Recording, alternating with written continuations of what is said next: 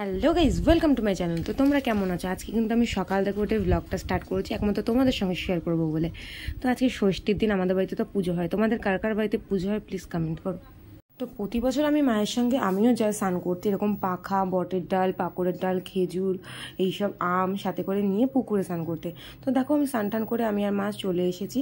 এসে আবার ঠাকুরের জিনিস দেখো স্নান করে আবার এগুলো ঘরে তোলা হলো, দিয়ে ঠাকুরের জিনিস গুছিয়ে পুজোর কাছে নিয়ে যাওয়া হলো। এটা বৌদির বাড়িতে পুজো হচ্ছিলো, সবাই মিলে বসে বসে পুজো হচ্ছিলো।